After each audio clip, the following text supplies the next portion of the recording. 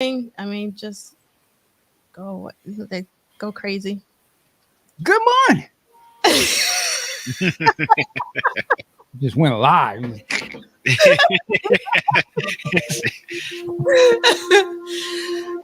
morning. Good morning. Good morning. So we're gonna just ease into what did Prince do this week because we're still trying to catch our breath from last weekend. Yes. Oh, I cannot believe it's already been a full week since Triple Threat 40. yes, it has. So I don't know how you guys are out there. All right, we got Celie in the house. Yeah. Seeley, sir, it was a pleasure to meet you in person. And I don't know if you haven't seen the recording. Seeley, not only did he present at this event, moderated, he sat like right in the front center and was just attentive and engaged throughout the whole thing, man. It was beautiful. Like, I love that brother. Yes, yes. He was participating. There you go.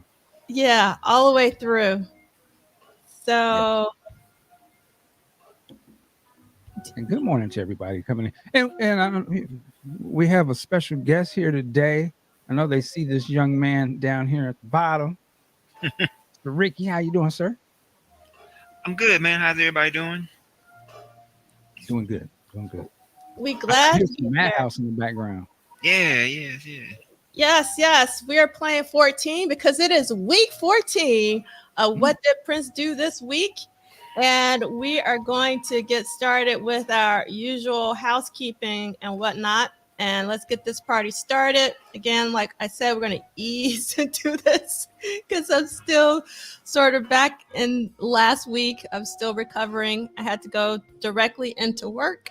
So no rest for the weary. So I haven't had any real sleep and trying to get this together for everyone. And so many folks out here in the interwebs. We got to say a mad shout out to Tammy Sharp for doing her thing. Woo! Yes. Yes. And thank you so much, Nikki, for being there with us this past weekend.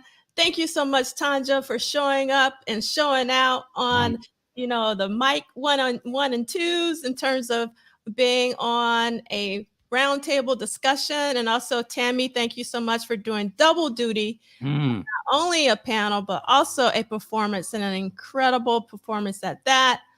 And yes, I am definitely going through withdrawal. That is a great word, Dee. I love that. And Drea Dances, greeting from Chicago.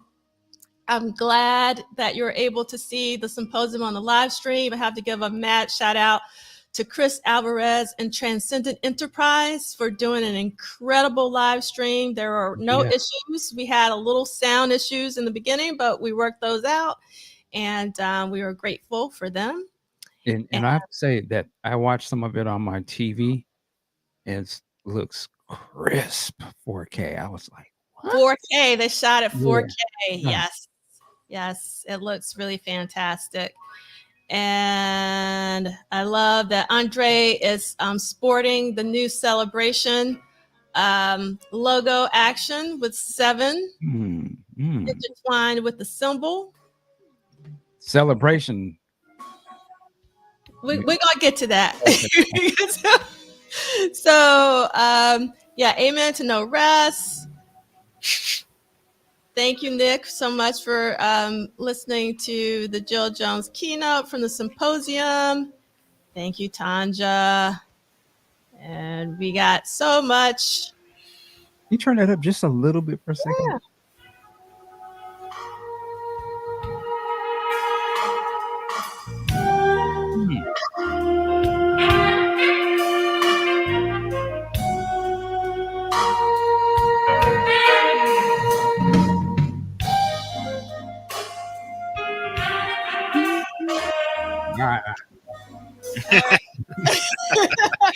Straight now, Mike.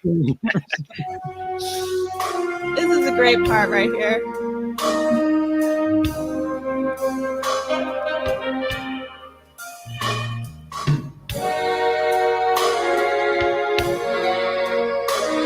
This would be cold to be playing you with, your whoever other and sipping on some wine or something, just kind of vibing, chilling out.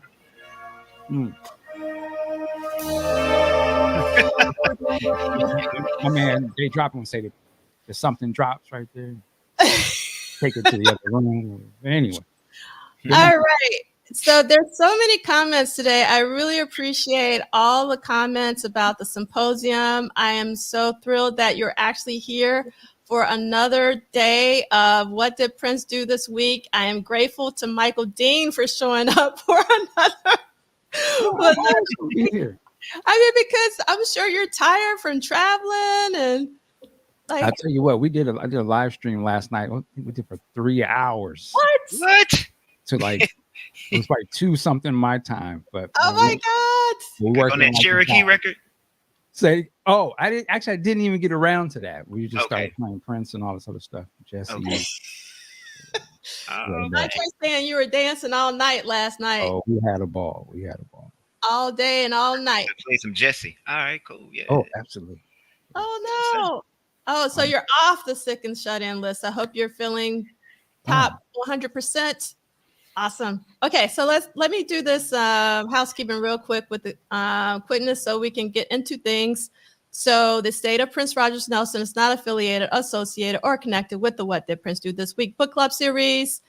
We're going week to week, not day to day. That means Sunday to Saturday in the book. And everyone keeps asking, what are we reading? We are reading this book, which is the expanded edition of Prince and the Purple Rain Era Studio Sessions 1983 and 1984 by Dwayne Tudall. And I'm very excited because it is also about 1999 and we're about to transition to Purple Rain, but we've been rocking 1999 so far since the beginning of the year. And What Did Prince Do This Week? You can find a detailed schedule at our book club website, which is bit.ly Prince Book Club. And then you don't need the expanded edition to participate, but the schedule is based on it. I gotta put this on here. Michael Dean spent 1 weekend in New York, and now the man is a party animal. I have a strange feeling that Michael was already a party animal when it comes to Prince music, right? Oh, well, yes, the Prince music. And later at the point, there's a story to tell about, I think it was the first night out there. Your boy had a little too much. Had to be escorted. Yes. Oh man. But it was all good fun and beautiful people. Tanja knows. Tanja knows. Tanja knows. Mm-hmm. Yes. And so What Did Prince Do This Week is on my YouTube channel, Polished Solid, but also all the Symposium videos are on the YouTube channel except for 2, and I still need to get 2 of them up. One of them is Dan Charnas. YouTube just doesn't like that particular one. And also Michael Dean, it does not like Bold Generation from your roundtable. So no worries. So I'm going to have to either cut that part out, which I'm thinking on the spot. I might do that for yours, but I can't cut anything out of Dan's. So I'm going to post Dan's on Vimeo, but it's a long story, long story. So, yep. So 2 more to go and everything will be posted. So, all right. And then talked about the YouTube channel. So again, massive thanks to every single attendee, whether you're on the live stream, because we had over 1,000 people on the live streams on Friday and Saturday, and we had about 750 people on the live stream on Sunday. So mad shout out to all the live streamers out there. Also mad shout out for people who actually took the time to come in person. A lot of people came out of the countries. A lot of people came across all of the states. So, we had Michael Dean and we had Troy from Seattle. We had folks just from everywhere, Chicago. I mean, just everywhere. So I want to thank everyone who took time out of their busy schedules and lives to join us in person. And we had roughly 250 people in and out over the course of our 3 days together, and it really went by super fast. And as I said, the videos are up on the YouTube channel, Polished Solid. They'll eventually be posted on the website as well. And then I'll send a newsletter with links to them too. So I wanted to talk a little bit about the symposium. I don't want to take up too much time, but we're going to take our time today, if that's all right with you guys out there. Thank you. Thank you. Love that, Michael did. And then thank you, Arlene. I'm glad that you enjoyed the live stream. So I wanted to talk, I can't talk about every single presentation and roundtable because we would be here again for another 3 days. But I do want to talk about some highlights. On the screen, you see a photo taken by, I think this was from Zaire, took this one. Yeah, Prince Syllabus took this photo. I love this photo, but it also has the title of Elliot's presentation, Drive Z Wild, Gen Z and Vanity 6. And the reason why I'm highlighting Elliot's presentation is this is the first time he's actually presented at one of my symposia. He's always part of the roundtable, but he has never presented. So this was like a dream of mine to have Elliot present, and he didn't disappoint because he teaches a class about Prince at the University of Minnesota, and it was fascinating to hear about his students' responses to the Triple Threat albums, which are Vanity 6, What Time Is It in 1999, and he shared that he actually starts off with Vanity 6. So that's their introduction. Their first listening session is for Vanity 6. And he told us that I was shocked by their most and least favorite song on the album. So their least favorite song on the album was If a Girl Answers, Don't Hang Up. Wow. And Flag on the play. yeah, the reason why it's their least, man, is that the previous songs they felt were empowering for females. And then when it came to If a Girl Answers, they felt that the females were being pitted against one another. So I thought that was a really interesting take and had never really thought about it in that way because I really, again, enter Prince's music through the music first and then humor and then maybe some lyrics, but that's kind of where I was. Oh, wow, that's so cool, Samantha, to know that you actually attended some of Elliot's classes. That is fantastic. And their most favorite, their favorite song off the album was surprisingly 3 times 2 equals 6, which was just like fascinating. It really was. So you're gonna have to watch the video on YouTube to find out why. So that will give you something to say. This is so funny. Yes, But, sensitive. yes, but that's where we are. They're different. And then I just love this shot again from Prince Syllabus. That's what of Elliot. And then another one I want to talk about. You can't see the pictures. Oh yes, thank you. I knew I was going to do something wrong. So this was Elliot back here presenting. So we had 2 different locations. This was our Friday location at Pfizer Auditorium at NYU Tandon. And let's see, this is a good point Celi's bringing up about playing the dozens. And people might not even know what playing the dozens mean, Ranking. in terms of Gen Z and all of that. And then, but the humor was least possible. Interesting observation. And so Zaire, again, a reason why I want to point out Zaire's presentation is because this was also Zaire's first time actually doing a presentation at one of my symposiums. So Elliot and Zaire, as well as Anil Dash and Miles Marshall Lewis, are what we formerly called the Core 4. But someone, and I do want to know who gave us this new title, gave us a brilliant title. We are formally known as the Core 4. Now we're going to be moving forward, the 4U crew, and that's FOUR, 4U crew. I thought that was really brilliant. A nice play on the anniversary. Yeah. Right. Yeah, nice play. So thank you Anniversary. to whomever came up with that, because it was anonymous, so I still don't know who is the author of that name. And then I have to give a shout out to Arthur Turnbull, because Arthur hasn't spoken at a symposium since 2019's Bat Dance Symposium in the ATL. And Arthur could have used a lot more time, and it pained me to cut Arthur off, because I think Arthur probably could have gone on for about 30 more minutes. And yes. Well, Des just can't catch a break, can he? No, but it was a really great presentation. And what was crazy is that one of my students attended, and she told me that her father loved Des Dickerson and actually had Des Dickerson's book. So I was like, that's pretty incredible. They got jokes in the chat. Oh my God. Yeah, Seeley. And I just think this is such a classic shot of Arthur. If you've ever seen Arthur present, so again, Zaire captured this image, I think is really, really brilliant.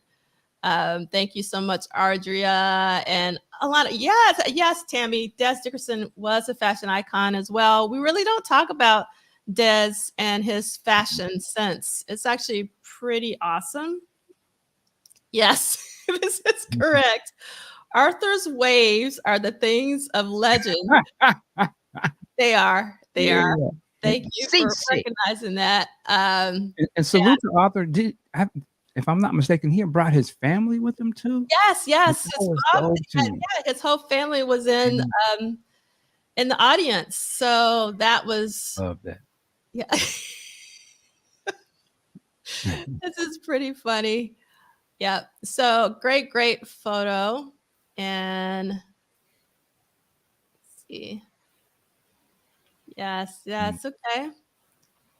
And then let me see if I can find everything's up, and we got sexy. Is in the house. Oh, it's coming. Seeley. And okay. And so this is a photo of the For You crew. Yeah. So I had to, and I loved Miles's jacket. For me, Miles got best dressed of the entire symposium. So Miles Marshall Lewis was clean. Love that. And this photo is from Ron and Nicole. And then I'm disappointed nobody had on Stacey Adams and say that. Yes. So I personally, one of my favorite moments at the symposium was just Monique Koofson. If you missed that particular round table, Monique was surrounded by brilliant people, but Monique was incredible. I want to be like Monique when I grow up. So I can't say enough about Monique Koofson. And Joan Morgan was supposed to be with us. I was really sad that Joan couldn't make it. Joan wasn't feeling well, so she couldn't join us. But we also had the one and only Jason King. And I have to shout out Jason King, but because I had been asking him since the Love Sexy Symposium, please come and speak. And I'm so delighted that Jason was able to speak before he goes to the West Coast permanently as the new dean of the School of Music out at USC. Wow. So, Jason is currently the chair of the Clive Davis Recorded Music Institute at NYU. And Jason is the one all the way to the left with the green and red and white jacket. He is just an amazing scholar in and of his own right. And then in between Jason and Monique is the one and only Professor Mark Anthony Neal. He has a really fantastic podcast called Left of Black. And he has written so many different books over the years. His latest one is called Black Ephemera. And then obviously to the right, I have to give another shout out to Anil Dash, because this is the first time that Anil actually moderated a roundtable at a symposium, because normally Anil is part of the Now For You crew. And so everybody did double duty except for Miles Marshall Lewis from the For You crew. But maybe we don't want Miles doing double duty. So I don't want to leave you out, Miles. Go. You know what? Okay, what song was it that he hated on? From what time is it? I know what song. I don't want to leave you, right? Yeah, I don't want to leave you, and that's my favorite one. Okay. And so How fitting, Miles. We don't want to leave you. Yes. Oh, yes. Thank you, Web Diva, for reminding me. Jason King has a phenomenal podcast about Sylvester. So seek that out. It's like a multi-series podcast. It's very, very, very good. Check that out. And then Blade Brown. Hi, Blade Brown, my alliterative brother. Jason did a really good interview with Pharrell several years ago at NYU. I don't know if it's online because I actually haven't seen that. And thank you so much, Lee Christian. Thank you, C. Lee was bringing Black woman power. I mean, like Monique was, I just don't even have words. This is pretty funny. I'm glad I'm going back to these comments, some really great ones. So the talk that a lot of people are talking about is probably the talk that's gotten the most talk is the talk by Dan Charnas, and it was called Human Time, Machine Time, Prince in the LM1. And for those of you who don't know who Dan Charnas is a professor at the Clive Davis Recorded Music Institute, but is also the author of Dilla, which is a book about Jay Dilla, and it is really, really good. And I really urge you to try to get the audiobook if you can, because Dan actually reads it. And if you were at the symposium, and eventually this is one of two panels that have not been posted yet. I posted on YouTube, but it wasn't accessible to everyone, and everyone was kind of complaining depending on what country you're in. So I pulled it down, and I'm going to post it on Vimeo once I can get it. Love this, Tammy. That's so cool. So Dan has the way that Dan narrated his book is kind of the way he did his talk, in terms of it was very interactive, and also he knows his music and all of that. And we got to give a mad shout out to Law. Law. Thank you, Law, for also participating in the symposium while you had a gig that you had to fly to. So he literally left the symposium to go to his gig and catch a flight. So I'm hoping you caught your flight and it wasn't canceled, because there's a lot of canceled flights going on that particular weekend. And I was looking at him, a real solid brother, man. A good dude. Yes. And a really fantastic musician, and one of my favorite people. Well, actually, one of my favorite people, but also one of my mom's favorite people when it comes to the symposia, because my mom doesn't like dead people. She likes people who have some pep in their step. And Law is one of her favorites because he is not dead. Yes, Tammy. Law was a great panelist. And let me see what I got here next. Okay. This was one of my favorite photo sessions, and Kim took these photos. So I want to say thank you, Kim, for taking these photos, because this is the next one. So these are the time presentations here, the time presenters. What time is it? So we got Christopher A. Daniel from Clark Atlanta University, who did an incredible presentation. And I love that he was all purpled up. And I don't know if you can see his shirt, but I loved his shirt. It was Prince sitting on, Bobby Z's kick drum, the one from 1999 with the light, but it was like purple on black. Fantastic. And then we had Declan McCarthy, who came all the way from England to present on 777-9311. Mad respect. Love this presentation. We had the dapper, the one and only C. Lee McGinnis giving one of his church sermons. So we were thankful to have C. Lee in the house, and also C. Lee did double duty. Not only did C. Lee present, but he also was a moderator for one of the roundtable discussions, the one that Tammy was on about the tour, and also Tracy Humphrey and Tanja. And I know I'm missing someone, but my apologies because I'm doing this off the top of my head. But the reason why I really want to show this photo is because of the next photo. Hilarious.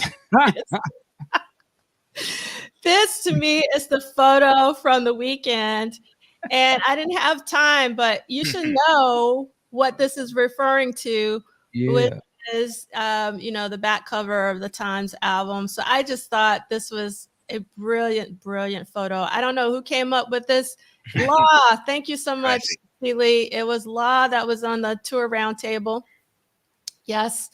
And Celie was awesome and super dapper. And yes, this is a great shot. Love the shot.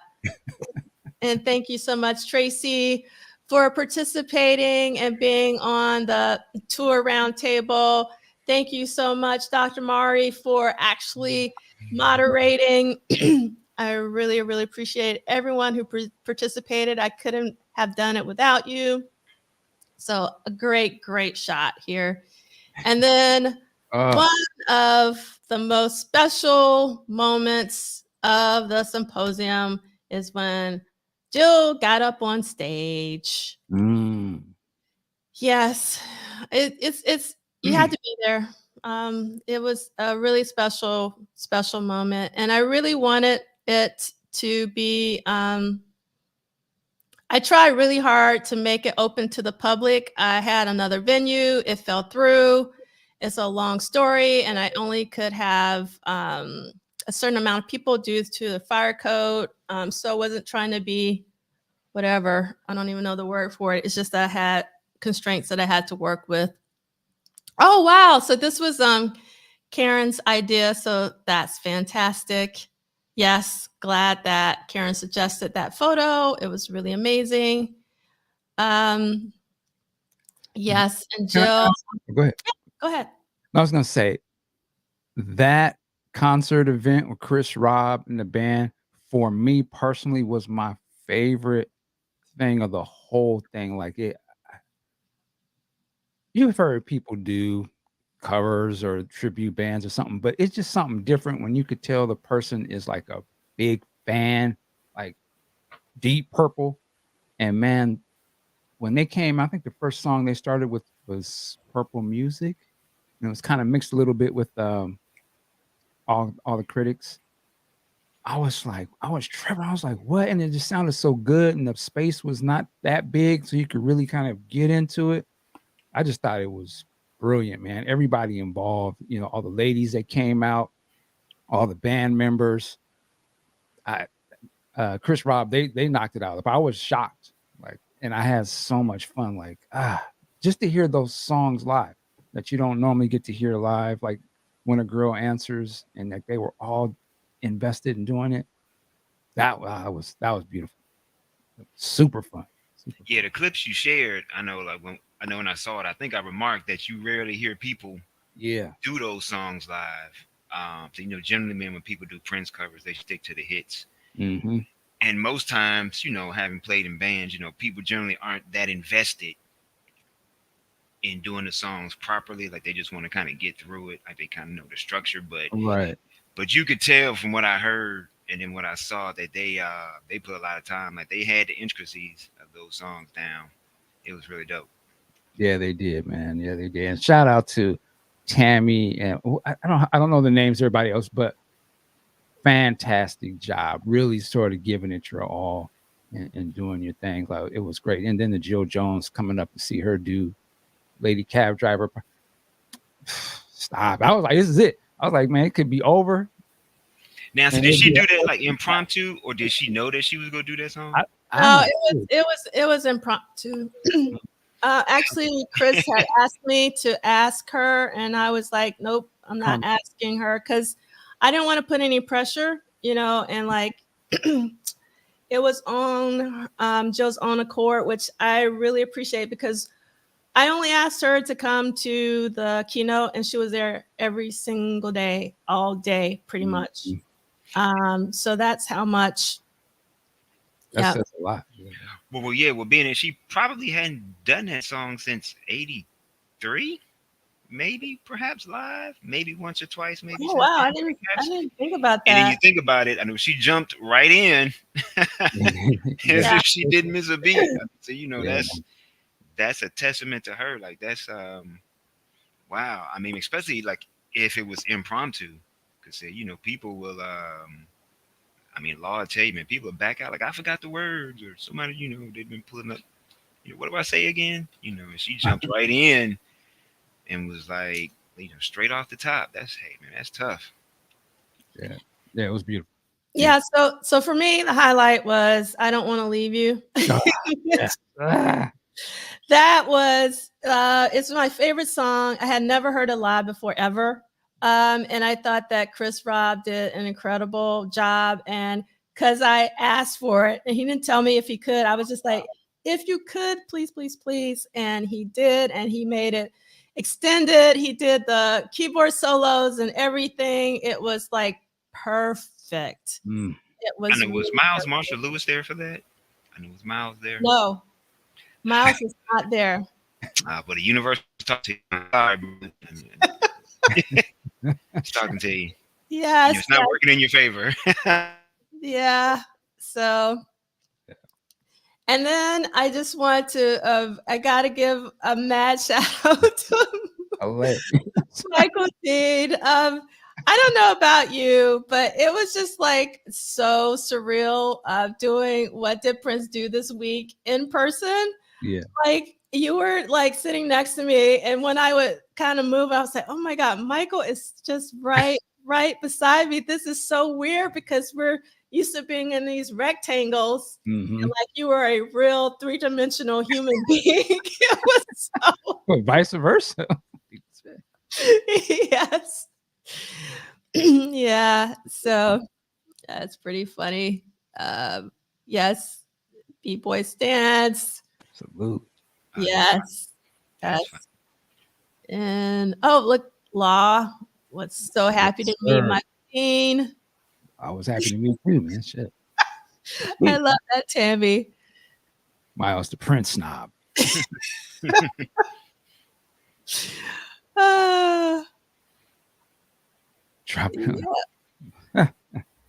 Yeah, it was a really fantastic time. I do think it was the best one yet.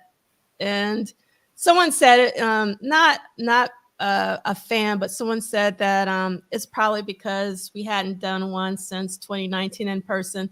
But I think it was more than that. It was more than that. I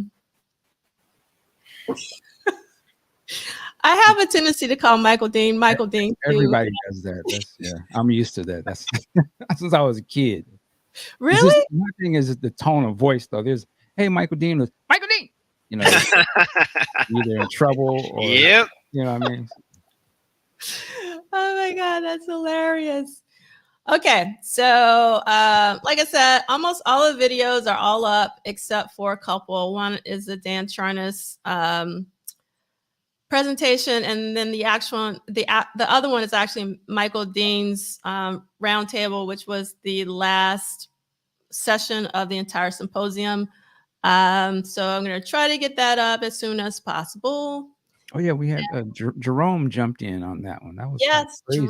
Jerome jumped in on that, which was really fantastic. And my favorite part about that is when Tanya Giddens was coming down to the front, and Jerome was just like screaming, and I could hear him through the phone. I don't know if you could hear him, but it was so funny. Like, what the hell is that?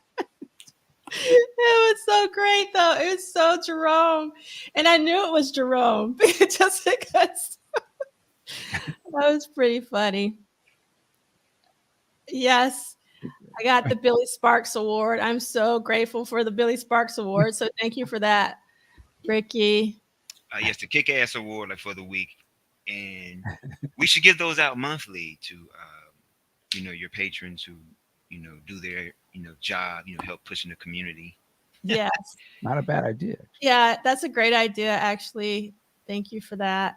Yeah. All right, so we're going to transition from the symposium because we want to talk briefly about the celebration that has been announced. Tickets went on sale last night, and I'm going to talk really briefly about celebration, and I want to frame it in a positive way. And the reason why, no, seriously, the reason why I want to frame it in a positive way is for a couple of reasons. One, we want Paisley Park to persist. And in order for Paisley Park to continue as Paisley Park, we have to show up for Prince and for Paisley Park. So I know it's expensive for some people. I can't afford VIP. I'm going general. But as long as I'm alive and as long as I have any money, I am going to support the celebrations because I don't want Paisley Park to become like a car lot or something like that. It takes a while for buildings to become landmark buildings. It's like 100 years or something like that. So in order for us to make sure that Paisley Park persists, we need to show up for a celebration. So that's one thing. The other thing I want to say is, if I can, I might get a little emotional. Bob Rudy was my friend, and last year was his first and last celebration, and he had an incredible time there. And so when I go to celebration this year, I'm going to remember Bob and his spirit and how much he loved being at Paisley Park. And I just want everyone to remember that Prince really built Paisley Park for us, and we need to show up for Prince and for Paisley Park. So, yes, everything's not perfect. Yes, it's expensive, but we have to support Paisley Park. We have to keep it open. So, with that being said, yes, there's a lot of negative things we could say. We hope that I hope that I'll see some of you at Celebration this year. So, Michael Dean, are you coming to Celebration? I'm not sure yet. Let me just say I'm not mad at the pricing. You have a choice if you want to pay that type of stuff or not. I did have a conversation with a young man yesterday, and I'll continue this on the podcast later. But one of his concerns as a younger fan, it's just getting established financially and stuff, and getting in the Prince. He kind of was like, he wondered if it would sort of be a little restrictive for younger people who didn't have that sort of finances to do something like that. And I thought that was a good point. I was like, in order for this thing to go beyond us older people, which we're not going to be here, it has to survive with the younger people because they're the ones that's going to be taking it to the next thing. I think you just kind of consider something that we can be more and more open for everybody that's a hardcore Prince fan. But I get it for all the reasons you said. My main thing I would just say is I can't pay that kind of money without knowing what I'm getting into. But I'm not mad for anybody who can and does it. I say go for it, and I know it's going to sell out anyway. So it's all good. It is what it is. I would just prefer they would handle it a little different, but that's just my preference. I salute the hustle. I'm not mad at it. Yes. So in terms of Andre, are you talking about the celebration? What are you talking about? Is this free? I'm not following. Oh. And another thing I would add too, you can go to Minneapolis during that time and have a ball. Like there's so many Prince fans that'll be there and events going on outside. And if you just want to just go for the community of it all, that's another alternative too. I mean, to me, that's what it's really about. I do want to see Paisley Park and Thrive and all that too. But I'm just saying, like, for the fans' perspective, if you can't afford that, you can still go out there and have a great time and meet people and enjoy everything. So I may just go and do that possibly. But yeah, I mean, there's different things to do. A lot of people do that, actually. I mean, there's so many parties, like you don't have to go to Paisley Park. You can just be there and be around in the community. But, you know, my thing is I'm really concerned about Paisley Park. I don't know what their revenue is like with the tours and everything. And my primary concern is making sure that that building still stands, that it gets the repairs that it needs. Like one of my favorite things to do on earth is to hear a Prince concert at Paisley Park. The sound system right now is mint, but at some point they're going to have to, you know, it's not going to last forever, you know, that sound system or the quality of that sound system. And these repairs, it will eventually need repairs and things of that nature. So I'm just really thinking about a sustainability, you know, viewpoint. So you see all the stuff they sell on their website, they balling. But I don't know how that works. Meaning, like, I don't know, like, what I guess we need someone to tell us. Like, I don't know if Paisley Park, the building, are the same people that are getting the money from the Prince store. I don't know how that revenue is divvied. I personally don't know how it's divvied up, and I don't know if it's going directly to Paisley Park or not, or if Paisley Park is only getting the revenue that they're getting from Celebration or from the tours, because you know the store might be going to the estate. And I don't know the relationship between Paisley Park and the estate and how they do any sort of cost splits. And actually, Tanja is saying that they are separated now. So I do think that, you know, based on what Tanja's saying, and this is what I think I've heard as well, is that they're two separate entities. So I think Paisley Park building is one thing and the Prince store is another. It's all owned by the estate, right? I mean, I don't know. I don't know in terms of Paisley Park. I mean, I would love for someone who knows what's really going down to let us know, because I don't know. Yes. So I like this idea, Tammy. Membership for those of us who have been to every celebration, like myself. Again, I would think so, but I don't know that for sure. But I mean, I don't like to assume anything. I always like to know facts. So who knows?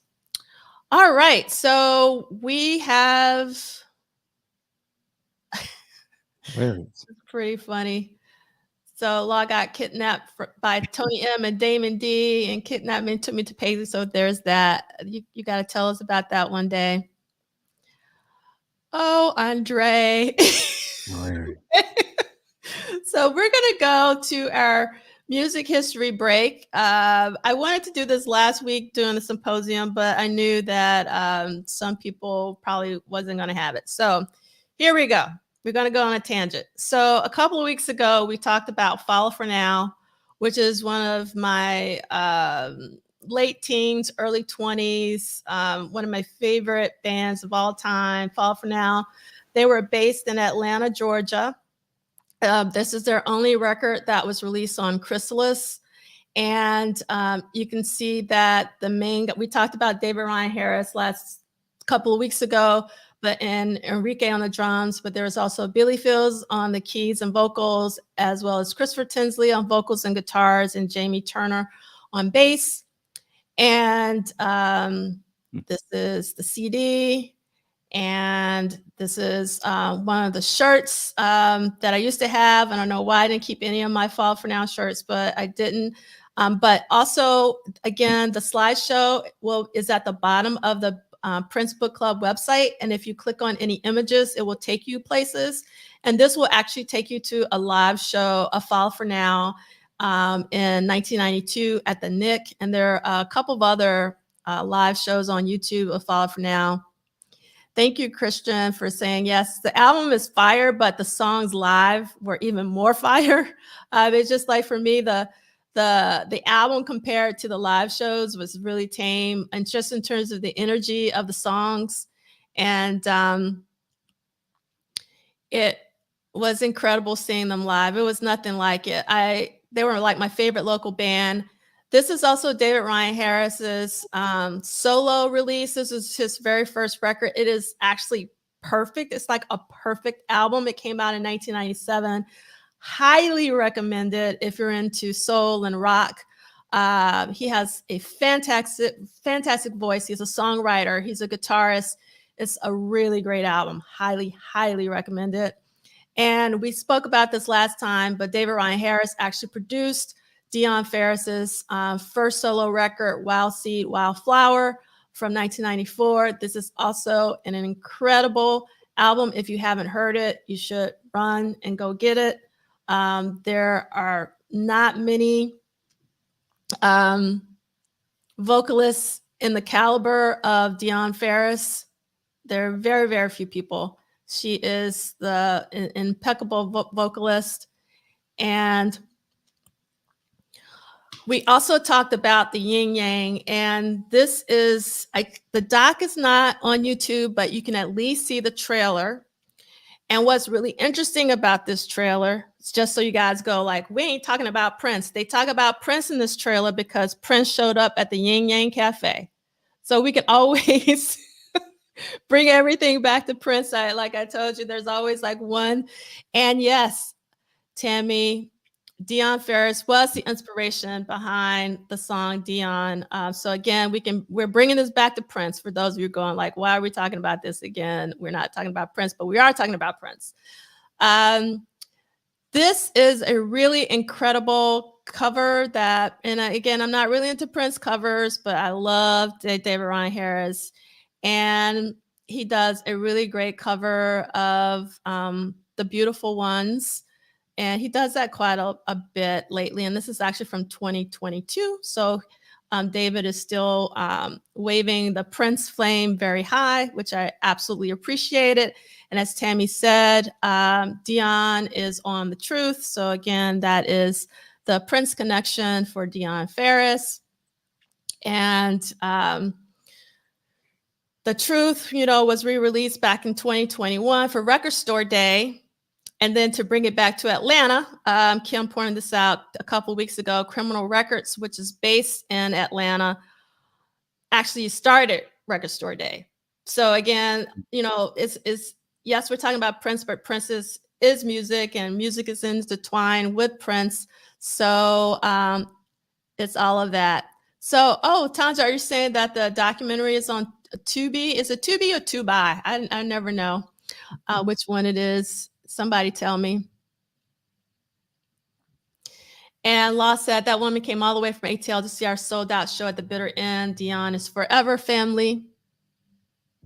All right. And let's see. They need to follow up to the documentary Electric Purgatory. I don't know about the Electric Purgatory documentary. Kyle, Christian, enlighten me. Yes, Criminal Records is still there. This is their new location. They used to be like around the corner where Junkman's daughter currently is. So yes. You say Junkman's daughter? Mm-hmm. That's the name of it's not really a thrift shop. It's more like a kitschy. They sell all sorts of stuff. Like I bought my Bob Ross socks from Junkman's. Wow. Okay. All righty. Yes. The Bob Ross socks. Yeah, I have several. I love Bob Ross. Don't get us started. We're going to another tangent. So we're going to go back to our regularly scheduled program. All right. So this is from the Detroit Free Press, March 31st, even though we're in April right now. But I wanted to read this really quickly. Princely sum for student. While still riding high on the success of his rocking hit album, 1999, Prince is offering a college scholarship for $1,999 to a minority student in Wayne, Oakland, or Macomb counties Applications are available at financial aid and scholarship offices of local colleges and universities, at the offices of WJLB-FM, suite, blah, blah, blah, blah, blah, blah, blah. They give the address. A random drawing will be held on Wednesday, and the winner will be a guest at Prince's April 8th concert at Joe Louis Arena. Entrants must be full-time students, have a 2.0 or better grade average, and major in business or mass communications. Wow. So, yes, I thought this was fantastic. And as far as I can tell, and I'm probably wrong more than likely, is that at least the press starts happening with Prince and philanthropy during the 1999 tour. I wonder, please someone correct me if you've heard about Prince and philanthropy on any of his previous tours. I'm sure there's probably maybe some coat drives or maybe a canned food drive or something like that. But if you have any receipts for that, I really appreciate it. But this is when the press really starts picking up that, Prince is a philanthropist, and Prince, we don't want to go off into another tangent, but we could do a whole show on just all of Prince's philanthropy because there's a lot of it. And I think this is kind of when the press catches on to that. Plus, his money was different. Yes. Starting to get different. So Yes. So he could do some more things. But that is, I did not know that. So that's quite. I'm quite impressed by that. That's cool. Yeah, it's very cool. I didn't want to miss talking about that. So we're going to get into week 14 of What Did Prince Do This Week? And I just want to show this comment from C. Lee.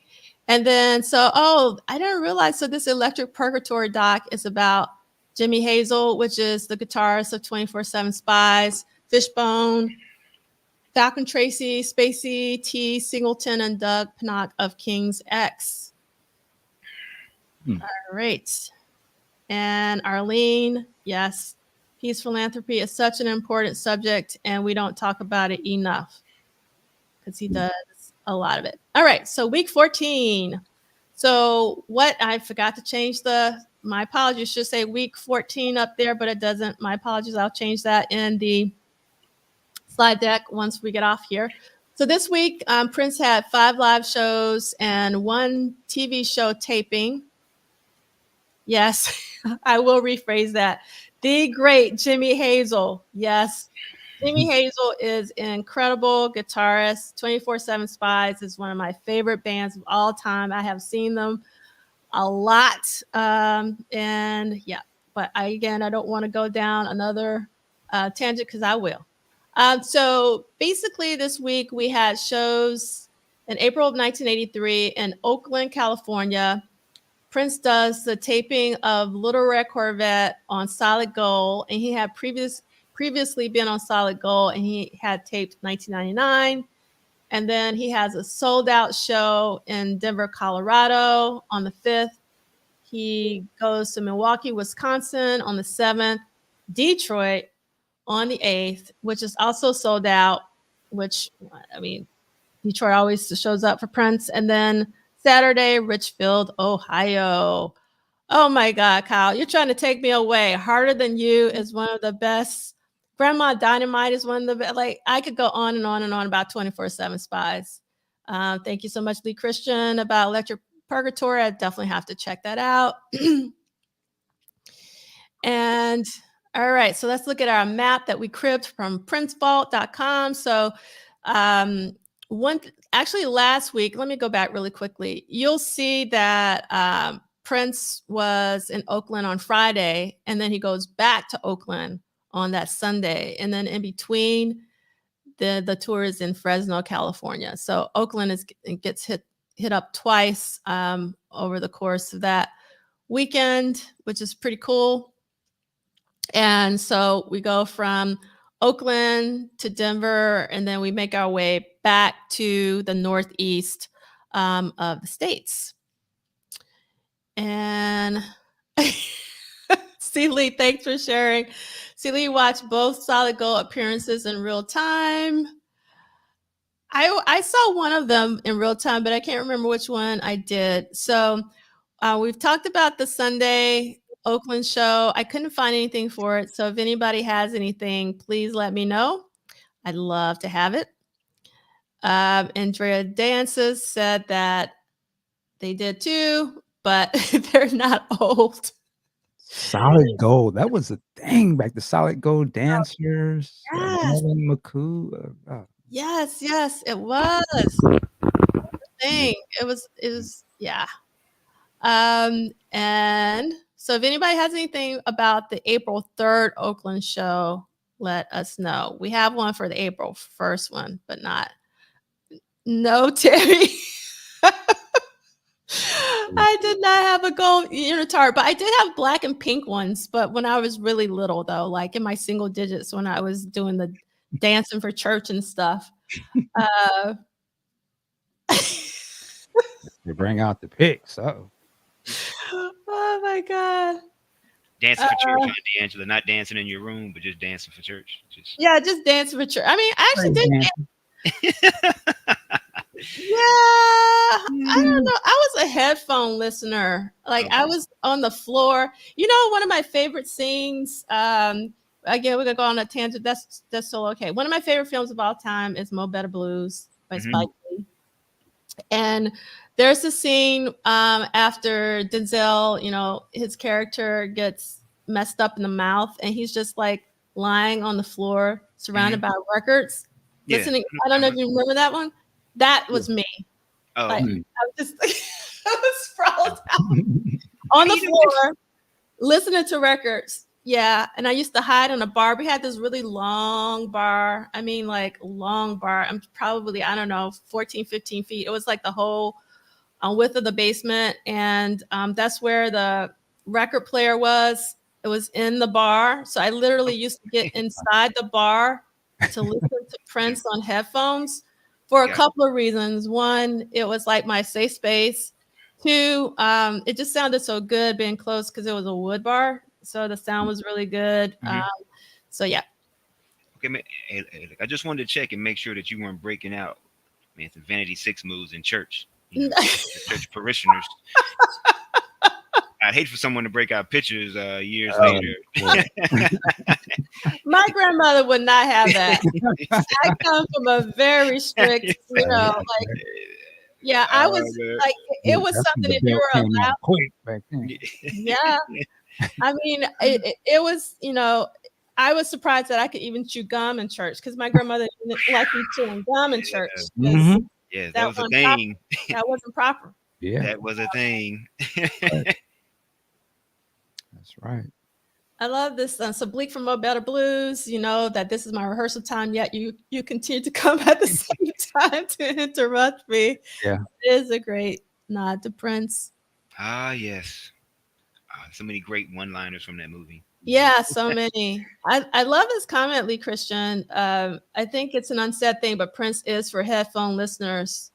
I think there's something personal, confessional, and between the two of you that isn't a component with all music. Yeah, it's nothing like listening to Prince on headphones.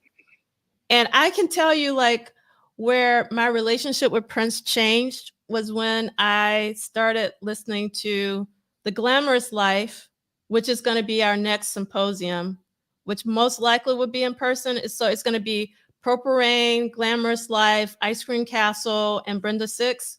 So we're going to do one symposium for that. Jade. And then we're going to do a virtual one for the Come album. So one's going to be earlier in the year next year, and then one's going to be in August. Come is going to be in August. It's going to be virtual. So going back to The Glamorous Life, when I first listened to The Glamorous Life, I listened to it on headphones, and I was like, I hear Prince.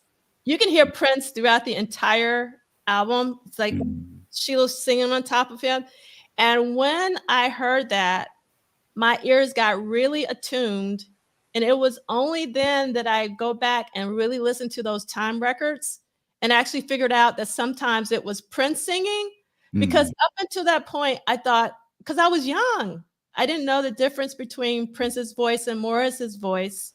But when I heard Prince singing underneath Sheila, I was like, oh my God, is he doing this for everybody? So I went back and listened to the time records, and then I started hearing the difference between the two, because sometimes you can't tell. Even to this day, sometimes, because I was listening to something on What Time Is It for the Symposium. I realized, oh my God, all these years I thought this was Morris, but it's actually Prince. And it was just like this one little snippet of a song, but I can't remember. I have to listen to it again. Okay, here we go. Zaire is like doing a counterpoint. I suggest I kind of agree with him on this. listening actually limits the experience of Prince's music. Yes, definitely have a high fidelity sound system, but much of Prince's music is spatial and embodied. It needs to be felt, not just heard. Michael Dean is on that. Talk about it. Well, I'm a headphones guy too, but there are the times when I will just let it play and I'm at home. It's a whole different feeling. It's a feeling when you can feel the music on those guitar solos, hearing the voice and the harmonies of some of them songs. It is a difference. There's something about it. And I think hearing it in a big thing and it's blasting, I think that's almost how I feel like that's how it was meant to be heard. Like it's almost meant to be heard live or in person. Whatever it is that you're listening to at Prince. So I can agree with what Seeley's saying on that. I mean, not Seeley, but Zaire, excuse me. Zaire, yeah. Yes, I say both. I guess it depends on the moment. Yeah. I guess like if you're at home, then yes, very loud. But sometimes if you're on a road trip, train or plane or say what have you, and then you have a good set of headphones, so that one song that you probably didn't catch those little nuances, you'll hear them, just in the midst of what you're doing. So I say both. Plus, it depends on that song and album too. Like I guess. I love Blade Brown. To counter the counterpoint, some Prince songs most definitely 100% require headphones. Yeah, this is an interesting debate in the chat. I feel Zaire says the car system. Yeah, the car is an absolute. Almost all music to me, I gotta bump it in the ride. Like, you know what I'm saying? I gotta drive with it, feel it. Car is absolutely. I mean, for some of us growing up back in '82, so we had to listen to certain stuff on headphones for the sense of being censored. So you don't want to get snatched up. Right. So, that being said, it kind of could go both ways, but yeah. And then now that we're parents, you don't want your children, walking in on certain stuff. Hearing certain things. So, I guess it just depends. Automatic is a headphone song. Yeah, I guess. I mean, like, okay. So we're getting into it. Let's go. Oh, we get it. Come on. So I used to live in a loft in Atlanta. It used to be like a old brick building, and I used to play my music really loud because our building was separate from the other buildings, and we were the only people in this building, except the other part was retail. So like, when the stores closed, I would just blast it, and I felt comfortable doing so. But I've never lived in a home as an adult. I've always lived in apartments, and now I live in a condo, and I just don't feel comfortable like blasting music the way that it needs to be heard. Right. So to compensate for that, when I was younger, I went to go see a lot of live shows. A lot. I used to go see like 2 to 3 live shows a week for a long time. I don't do that anymore, but I got that I've been to a lot of Fishbone concerts. Again, a lot of rock concerts, and they get loud. I mean, like really loud. So that's like where I got the vibration and the embodiment that Zaire is talking about. But when I listen to music at home, and I think it's because of my childhood, and I listen to Prince on headphones, not because I was trying to hide anything, because I didn't even know what he was talking about. You know what I mean? Like, I didn't know what he was talking about, but it was just because it sounded so good on the headphones, and you could hear all the intricacies and nuances of the instrumentation. Because again, I entered Prince through Prince's music. I just, I can't remember who said the original quote from, but it is like a spiritual, personal relationship when you listen to music on headphones. But it also might be because of my strict upbringing. And also, this is pretty funny. You guys are finding out a lot about my family. So my grandfather told my grandmother, this is an exact quote from my grandfather to my grandmother when they were dating. I'm not a dancer and I'm not looking for one. So I grew up in this narrative in my household, because also my grandma was very religious, that dance was a little too expressive. You know what I mean? So it's just like you don't want to be fast. you know, Oh man. you know what I mean? So I think I have an interesting relationship with dance just because of my upbringing in the Baptist South. So yeah. Man, so you're a walking footloose story.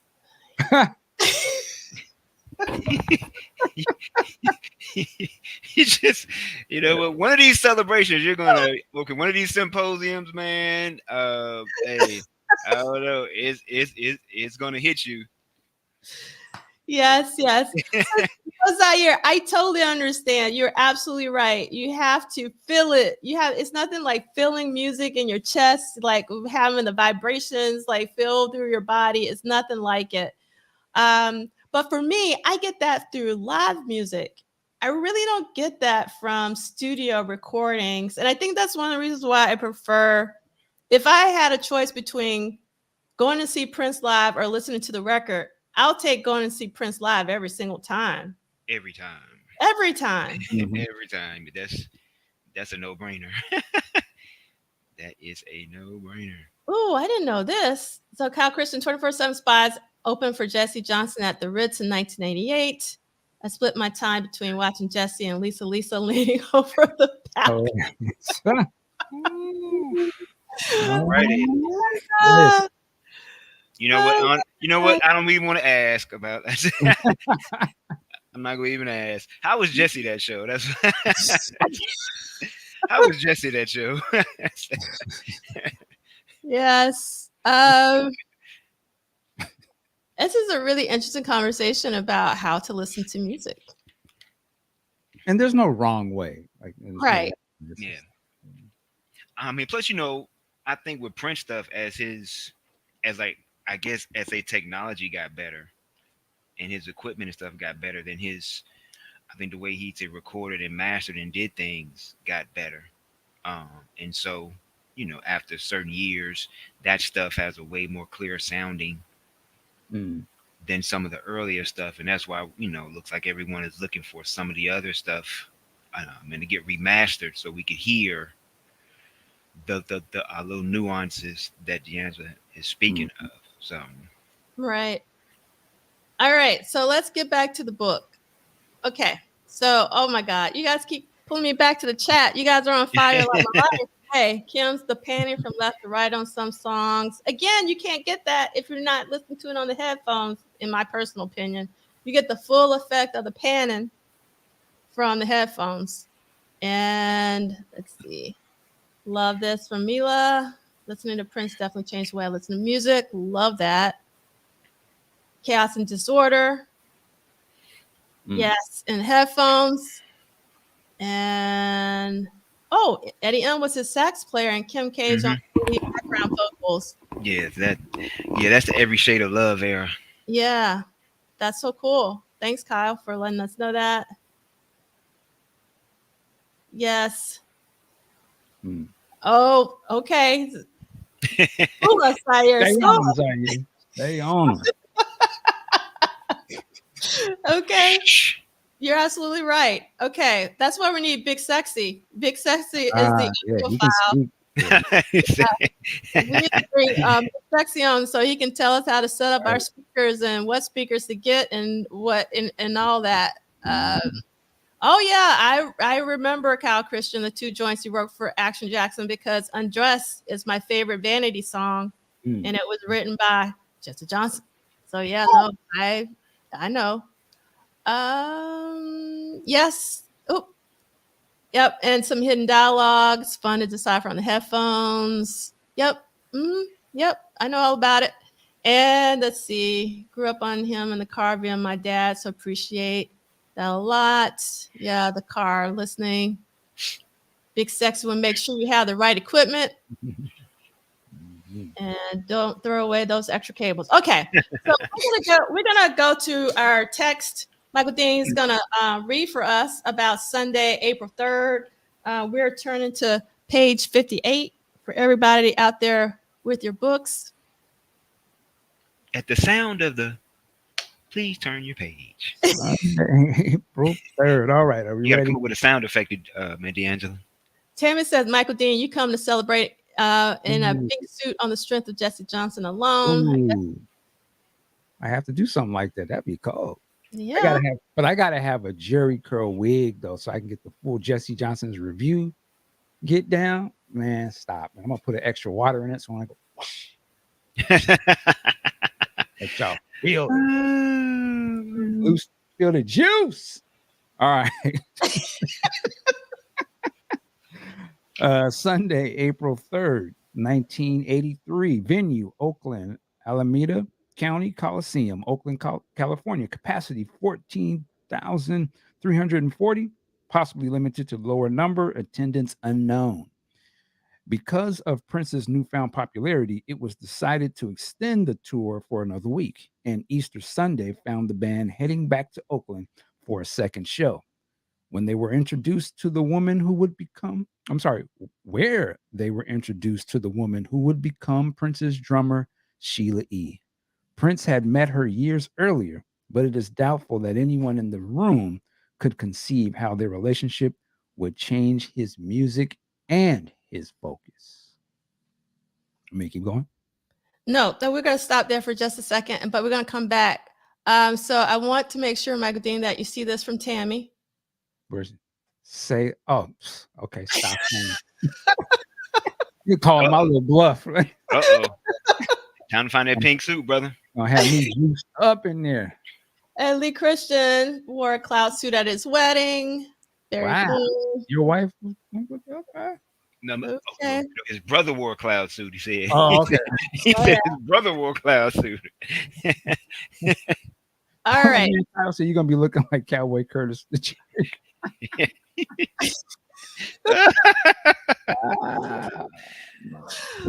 All right. Okay. Monday, April 5th, 1983. Solid Gold. So do you mind reading about that, Michael Dean? Absolutely. And just let me just go back to say, I think if I don't remember correctly, Andre Simone was talking about when they saw Sheila for the first time, and they were like, "Yo, who is that?" Like, I would change my focus to add that. All right, But also, I mean, Sheila was mad talented, and she was absolutely. touring with like Marvin Gaye, George Duke. I mean, Sheila was doing her thing. She's always doing her thing. Oh, absolutely, absolutely. Salute to Sheila E. Monday, April 4th, 1983. Once again, Prince played in the Los Angeles area, but this time it was only lip syncing Little Red Corvette at the KTLA studios for the television show Solid Gold. He had previously performed 1999 on the program in December. The episode would eventually air on May 14th. There you go. Yes, Sheila was doing her thing in a male-dominated field. Let's keep it real. Thank you, Tammy. And then, yes, of course, Sheila was playing also with Santana. Sheila's dad, Pete Escovedo, was also playing with Santana. So yeah. Sheila was on. Apparently, she said she was playing on Off the Wall with Michael. Yes. And she Yeah, was also in the Running with the Night videos, and with Lionel Richie as his romantic that's lead. right. That's right. Yes. D, I think it was lip syncing. Yeah, it Cause was. yeah, it was. Yeah. And that's one thing I didn't like about it, even as a little kid. I was like, why is Prince lip syncing? Yes. On Off the Wall, Sheila played the bottles percussion. And this is another pick from the Solid Gold session. And so Tuesday, we're at the Denver Auditorium Arena. I have nothing from Denver. So if anyone knows anyone who went to the Denver show, please have them share something with us. All right. So I wanted to look at the set list for the Denver show compared to the first Oakland show on that previous Friday. And you can see that Prince has gone back to sort of the standard set list that they've been playing a lot the second leg of the tour, but that's going to change very soon with the Detroit show. And then for the Milwaukee, Wisconsin show, there's this just advertisement. I love how nondescript it is. It just says Prince concert, Mecca Arena, 8 p.m. But I love seeing it paired with the weather report because the weather report is one of my favorite jazz fusion groups. And it was just so great seeing weather report and Prince side by side. Oh, awesome. So Maria says, I know, well, knew someone who went to the Denver show. Maybe that will, it would be a great opportunity maybe to reach back out to say, hey, hi, how are you doing? Do you have any memories or anything that you can share? And then for the Joe Louis Arena in Detroit, Michigan, April 8th. We have lots to talk about here. So, Michael Day, I'm going to have you actually start reading about that show at the bottom of page 59 and just read it, the whole thing, because it's not that much. All right. Venue was Joe Louis Arena, Detroit, Michigan. Capacity 21,672. Sold out. Oof. Detroit was always our biggest market because they really discovered us and took to us right away. The fact was, we were different. Jimmy Jam. Jimmy Jam. All right. Because Detroit had adopted the time in many ways, it is odd that Prince decided to promote the concert without advertising the time. Advertising that the time would also be on the bill. Perhaps it was all part of the rivalry between them, and he was hoping to show everyone that he could sell out Joe Louis Arena without anyone's help. And he did it. In a lucky twist for the audience, the time did open the concert. The last month of that tour was very uncomfortable, remembered Alan Leeds. The vibes on the road were very bad, and there were a couple of gigs the time did not play. And a couple of the guys were very outspoken about how they were left off of those gigs, one of which is supposedly the Detroit show on April 8th, because they were not advertised for that show. It is often thought that they didn't appear, when in reality, they did play the show, even though they weren't advertised. Oof. So actually, I want us to go back and I want you to read page 54 and tell me when you, 54. And when you get tired, because I want to read from 54 to 56, let me know and I'll take it away from you. But I think it's important to read this part because because of the time constraint we had last week at the symposium, we didn't really talk about the transition from Muriel Hamilton to Alan Leeds. So Alan Leeds just popped up out of nowhere, with our reading just now. So I want people to have some context. So let's start at the bottom of 54.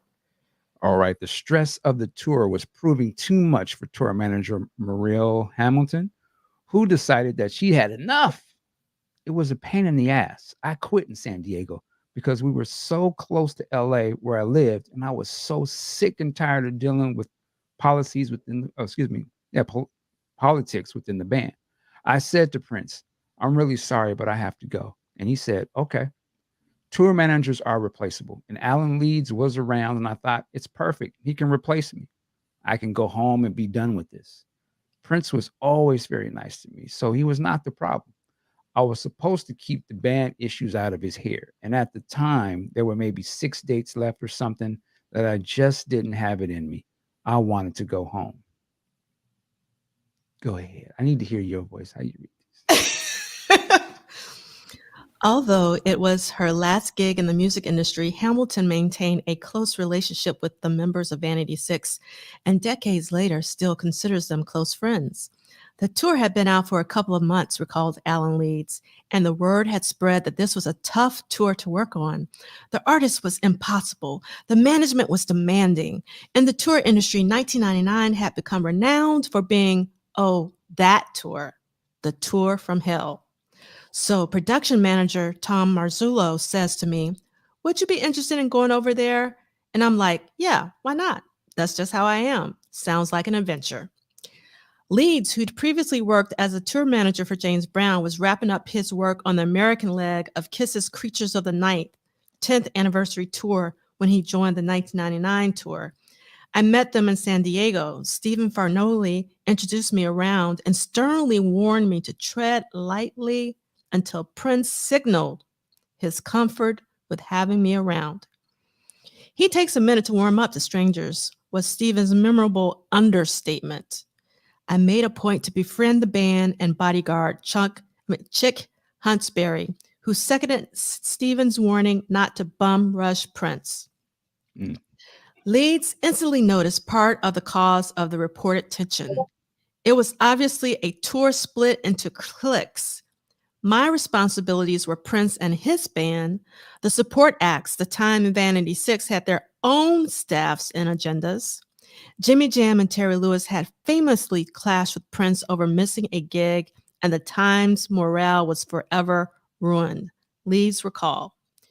You had guys who were unhappy, and they weren't even always able to understand why they were so unhappy, because after all, they were remarkably successful and deserved the success. Because certainly, at least on stage, they held their own. I mean, they did it.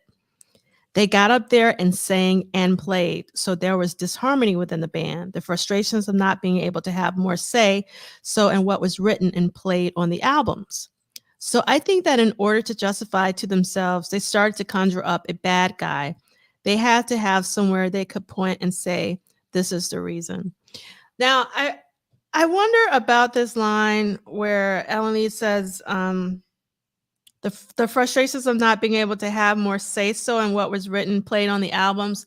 The reason why I question that is that, and obviously, hindsight is 2020, and maybe Jimmy Jam has changed his narrative because obviously I wasn't talking to Jimmy Jam back during this time, but Jimmy Jam has always said that Prince wrote great songs for the time, and that they didn't really have a problem performing them because they were such great songs. So I don't know if the tension was because of not being able to perform on the record. I thought that the tension was more about them not being able to sort of spread their rings and produce other acts, or maybe create some side acts of their own. So I never really got that. I'm curious, how do you Well, guys feel about that line of them being can frustrated? Yeah. can I add two things? One, the first, man, we often talk about band members that have been a lot to Prince, and so we never really give Alan Leeds his props because I think that was a major turning point, moving forward, having Alan come in because it kind of gave him a lot to manage, with the personality, with the whole band thing. Man, we got to remember, like in a business perspective, uh, Prince's name is on the line, like for this stuff, not Morris, Teddy, Jimmy, Monty, Jelly Bean, Jesse. So if it wouldn't have worked, he took the loss. So he, benefited, from it. So it's kind of hard to say, well, like you should have done this for us. Yeah, but they really didn't put up any. They had nothing really to lose. He giving them, the free shot. So Um, I would imagine to what you were saying. I guess at that time they may have felt that way. Probably with hindsight, I mean, especially coming from Jam, having the success that they've had, he probably looks at that differently now, like realizing like, see the risk Prince was taking, or more so like responsibility that he had on his shoulders that they didn't have to worry about, in terms of dealing, say, with that stuff. So that's just my take on Yeah, I agree with that. I think too, though, it's like you're going to a market like Detroit where y'all are hitting, like they sold that place out, and like they said, they didn't even put them on the bill. But I would imagine like the time was a big deal for those particular markets like that. Like people was coming to see them. Morris damn near had chokehold a little bit on the culture in terms of the influence with the dress and the music. Of course, it all comes from Prince. But I think Prince could have had some vision to be like, yeah, this is mine. I'm not threatened by this. If they win, I win. Said the money coming to me anyway. And I was thinking, I saw a clip of Guy this morning from their tour. I'm gonna bring it back, and I was like, man, Teddy Riley, one of the great producers.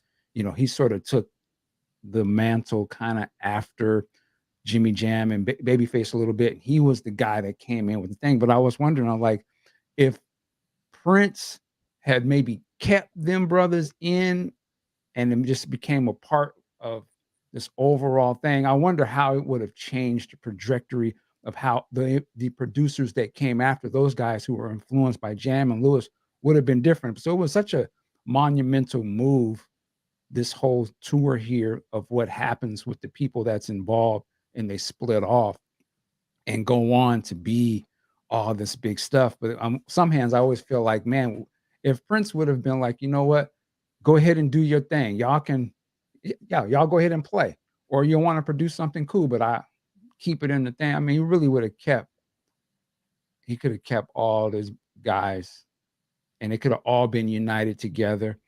The other thing I would say, I think sometimes from what I'm looking at when I read about the time, I think this was sort of their first time being in the business and everyone was moving really quickly. And I think they still had a part in their minds. And I think most people would, like, you kind of trusted Prince to a little bit to like, yeah, of course, we're hired to do this and we're coming in, but we boys, we all from the same area. We grew up together. That's, da da da. You connected to him. I know Alex, or this. So yeah, let's all come up and get our thing. And I think they all kind of got a little bit of what the business can be sometimes with that sort of divide and conquer type of thing. Well, let's separate. No, you're the star. It can only be one. So you got to be the one that blow up. They're expendable. And I think that was a misstep a little bit. I mean, obviously they all become super successful, but I think one of the things I look at when I look at hip hop, they didn't necessarily do it like that. Brothers decided, yo, you gonna be under, we're gonna all roll together and we're gonna get this. And of course, there's divisions and things that happen, but let's not let it break up what we're doing. This our business, not the managers and all the other people's. I mean, we the ones that create this. So that's the only thing when I think about this time, the 1999 tour, I'm like, man, it was dope, but wow, he really had everybody was all clicked in as one. It was the triple threat. Imagine if they could have kept that going. And brothers didn't feel like, they were walking on eggshells all the time. But I get why they had to think that way, because it is a business. I almost think that that's sometimes a detriment to our situation where we have to be pitted, or we pit ourselves. So whatever it was, the reasons why they had to feel like it was that much of a competition, when it was really just, we're playing your songs. Like, we all in this together. So I'm done ranting. feel like So in the multiverse of things, Prince and Vanity, man, become the Vanity notes that become the Jay-Z and say Beyonce of the '80s, and so it changes everything in the multiverse of the story. Oh, go ahead, D'Angelo. I'm sorry. so I was just gonna say, let me know when you need to jet, so you Oh, can. okay. Yeah. You can just say we're all friends here. It's a book club, but it's very informal. All right, We gotta go back. yeah, we're in this together. So I wanted to read the remainder of page 56 because I think this is really important. But before I do, someone shouted out Michael Dean's podcast with Alan Leeds, which I think is really, really stellar. Lee Christian did that. Highly. Was it a 2-part, Michael Dean? I can't remember. I think it was just one. It just went It long. was long, though. It was long. It was really good, though. And then Mila talked about Questlove Supreme, which is also, he's done some incredible interviews with Jesse and Jimmy and Morris. So, yeah. Okay. So I'm on page 56 at the top. This is Alan Leeds talking. The month that I was there was, in fact, the most tumultuous month when all the SHIT was hitting the fan. And despite all of that, I mean, the reality is this was a Prince tour, and he was the guy who was breaking wide open. 1999 had hit, Little Red Corvette was blowing up, and I got to tell you something, this was his house. End quote. So Prince sensed correctly that fostering a competitive environment would motivate both bands when on tour together, and at times keep things interesting for himself as well, according to Leeds. While the competition was great for the audience, it was causing more rifts in the bands. The mutual admiration and respect the time and Prince enjoyed was being tested and was failing. There was an intense rivalry that I'm sure began as a mutual admiration, observed Leeds. And at some point, the rivalry surpassed the admiration. Mm. So, and salute to Ricky. I guess he had to drop out there. Yeah. Salute to Ricky. I was trying to give him a graceful exit, but he didn't take my carrot. But that's okay. All right, so let's go back to our slides. So this is the Detroit show, and you can see final area appearance for 1983 and the kick drum, which is pretty cool to see. And the tickets are available at Hudson's, Detroit Audio, Bad Records, and the Joe Louis Arena box office. And yes, from C. Lee. And this is courtesy of Sterling Stewart. Thank you so much, Sterling, for sending me a ticket for the Detroit show that we see here. And you can see, if I'm reading this correctly, that it was $15. So again, those prices are going up a little bit. And I want to read this from Christina Tabasca, if I'm pronouncing her name correctly. I want to thank you so much for reaching out to me. Christina actually attended this show. And again, Sterling sent me the ticket. So this is our book club. So thank you so much for contributing what you're contributing. Keep it coming. I really do appreciate it.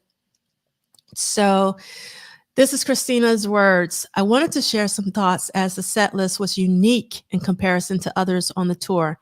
Not sure if it was because it was near the end of the tour or it was in Detroit.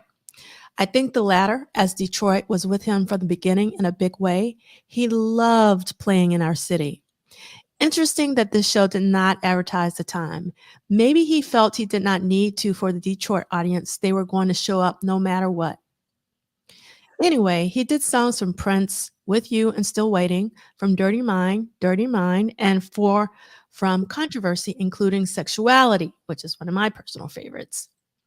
Also, a rare tour performance of Free.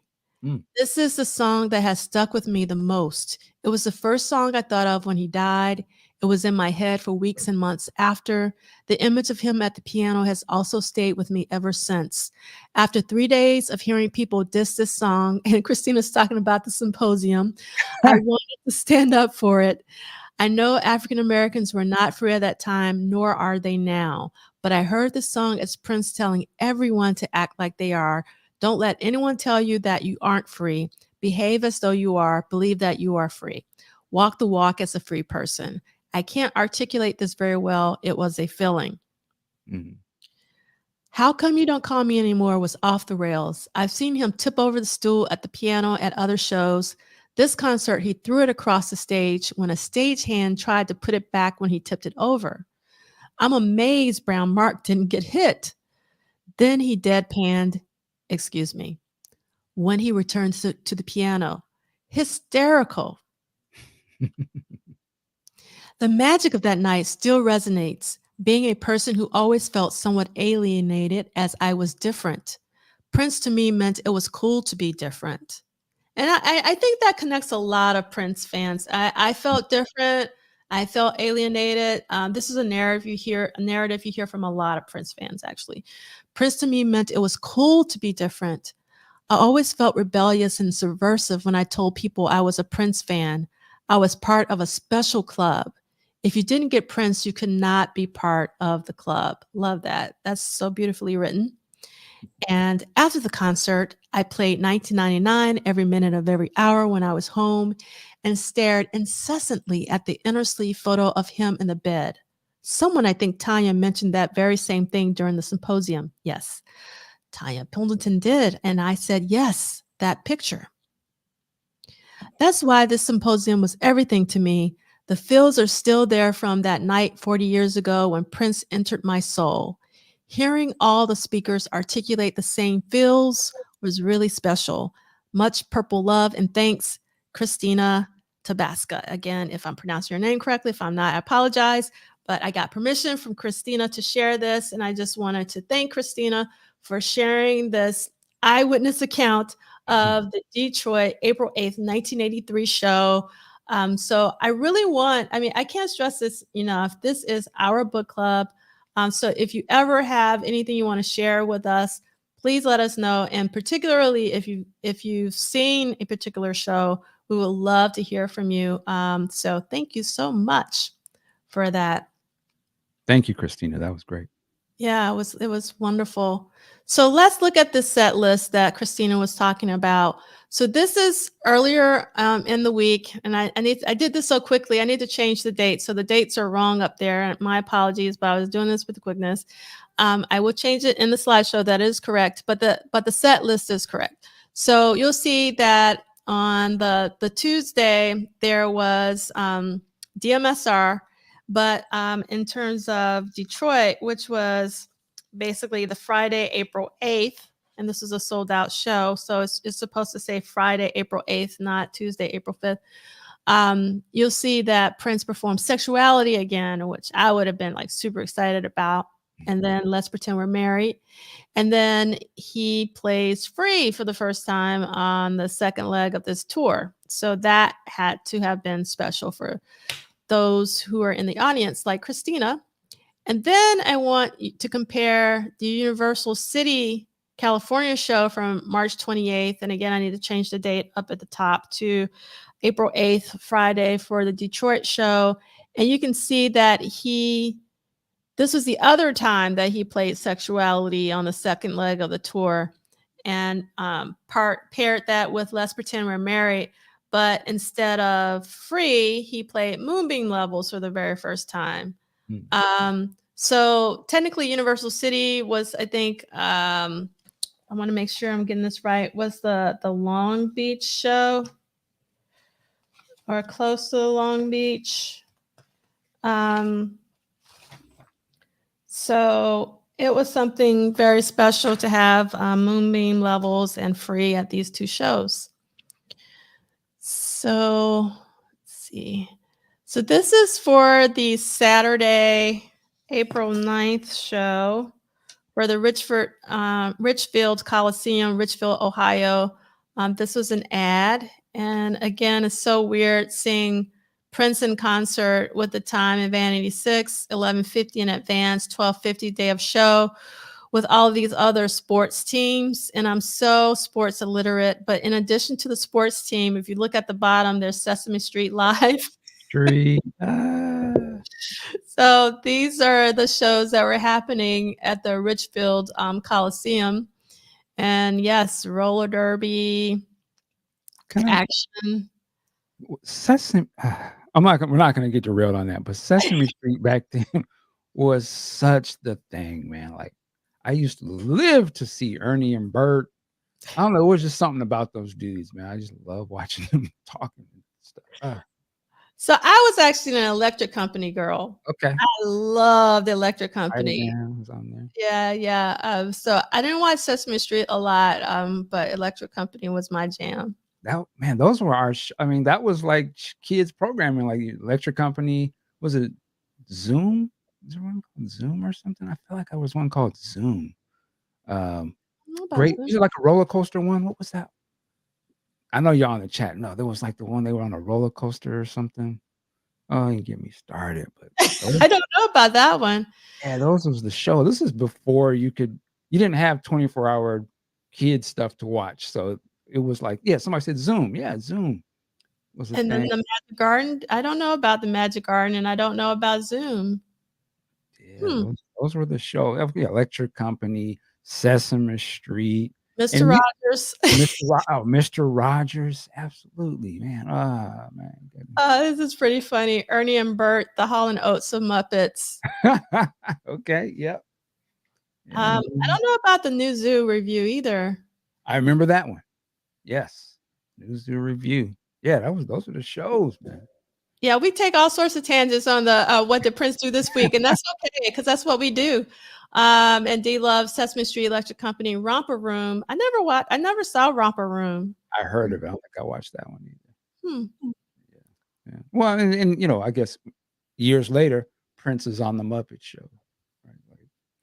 So that's funny, Tammy. Magic Garden, precursor to Wendy and Lisa. I don't know about Magic Garden. I didn't know that. There's a great Henson Museum inside the museum moving image. The great actor that started with Electric Company, his name just escaped. Morgan Freeman. Yeah. I've heard about Reading Rainbow. Oh, Schoolhouse Rock. Ooh, Laura. I loved Captain Kangaroo.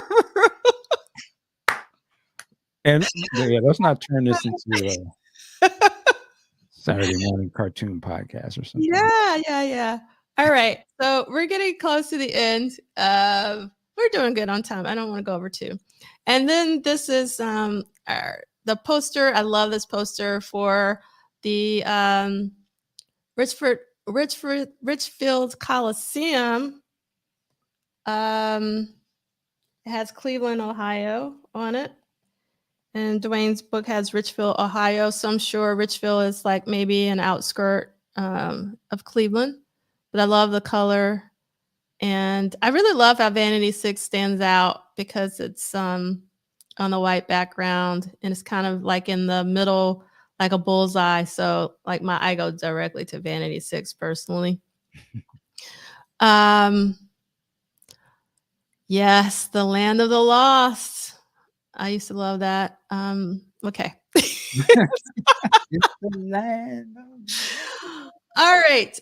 So this is a review of the Akron, Ohio. And let me read it. It's a little too far away. Let me pull it up on my iPad so I can see. Give me 1 second. Here we go. I'm not going to read the whole thing today.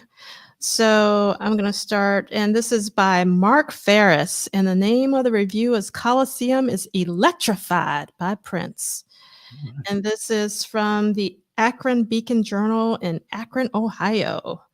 And the show is on the 9th, and this came out on the 10th. So backed by an explosive 4-piece band, drums, keyboard, bass, and guitar, he all but set the crowd of about 11,000 on fire with his smoldering rhythm and blues flavored high-tech rock and roll, if that is what it is called. In a lavender satin waistcoat, black pants gathered over high-heeled black leather boots, he put together a 1-hour show that has to rank among the most stimulating and electric in recent Coliseum history. The 2 bands preceding him, Vanity 6 and The Time, were almost equally amazing. Vanity 6, 3 hard-hitting, heavily made-up girls who came on like a leather and black lace version of the Supremes. I'm sorry, that was funny. Um, Made up girls who came on like a leather and black lace version of the Supremes, opened and firmly implanted in many minds the advantages of good binoculars. Wow. Their show led right into the time and lead singer Morris Day's terrific impression of 1980s Harlem ragtime showtime. We're hot because we are so cool. I love this review. It's like short, to the point, but it packs a punch, is vivid.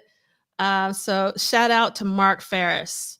That was a really great review. And I love that there was no dissing of Vanity Six and that all three got love. So this is our Saturday show, and this is actually our last show for this particular week. There's actually only one more show for the tour. So there's only one more show for the second leg of the 1999 tour that's going to happen next week, and then we're going to be heading off into Purple Rain land. So hold on to 1999 for as long as you can because we're about to get out of it. So it actually lined up quite well with the Symposium. I didn't plan it that way, but it's lining up. So the universe sometimes know things that I don't even know. So again, I need to change. I did this super quick. My apologies for all these errors this week, but hopefully you'll cut me some slack. You get a pass. You get a pass. Yeah. Thank you for the pass.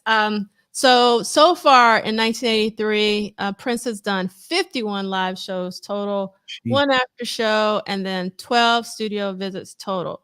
So this is what is going on so far in 1983 with Prince. That's a lot. 51 live shows. Yeah. I mean, and it's only April. Yeah, and just the beginning of April. And then 8 songs have been tracked. And we read these last time. And then one TV show has been taped. It hasn't been released yet, but he taped it. And that is The Solid Gold for Little Red Corvette. So that's where we are for this is what did Prince do this week? And I want to talk really quickly about what we're going to be doing next week. If this will actually move. It's not going to move. And I will update this later today. It's just not happy today. It's like, no, we're not going to do it. So basically, okay, here we go. Oh, God, it's going to take 5 years. So next week, we are going to be week 15 of What Did Prince Do This Week, and we will be reading a lot of pages. So this past week, there are only 2 pages, again, lined up with the Symposium. We didn't have a lot of reading. It was just a lot of live shows, but we're about to get into some reading. We got 7 pages to read over the course of the week, pages 60 to 67, and we're going to be talking about Sunday, April 10th, 1983 through Saturday, April 16th, 1983. So Maria has a really said again? I think the Bird is coming up next week, if I'm not mistaken. I think so. I didn't look ahead. Okay. But definitely homework for all of us. And yeah, no wonder there was so much stress going on. 51 shows. You know, so far this year, 51, and just traveling. You know, like traveling is very stressful. Traveling on buses, going to truck stops, like Jill talked about at the keynote. You know, like going into a truck stop with your rollers and your pajamas and getting weird looks and stuff. That's got to be like super, super stressful. That's funny. He had some cliff notes. And then Love C. Lee's quote, comment about when you realize there are only 52 weeks in a year, you realize how great Prince's work ethic was with 52 live shows already in March. Yep. So Summertime Thing is next week. Ricky's saying, even though he had already started back on March 27th with Summertime, we talked about that last week. And I'm sure, Dee, that even as a young person, I'm sure he had some ailments with the body sometimes because he was jumping off speakers and whatnot. You know, your body sometimes shuts down. Yes, Mila, I love that Jill shared the detail of them touring during the keynote. Thank you so much for sharing that. You love that too. It's so great to know that someone else did too. Um, so, I mean, I've listened to Shuggy Otis, Kyle, but I don't think of Prince when I think of Shuggy Otis. I mean, maybe he was influenced by Prince, but I know who Shuggy Otis is. I have Shuggy Otis albums, but I don't think of Prince when I listen to Shuggy. But maybe you school me. Type it in the chat. Tell us what we should be thinking about in terms of Shuggy and Prince. Interesting. Yeah.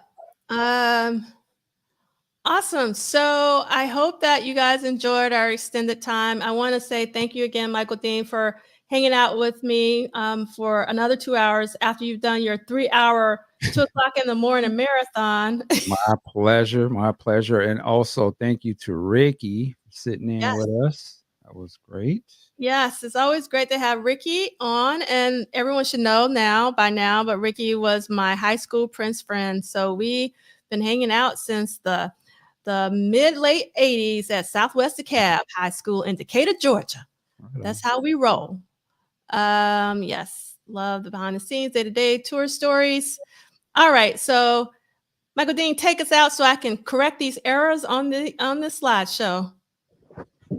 Well, with that said, we'll see you next time. Work it like a job. Peace.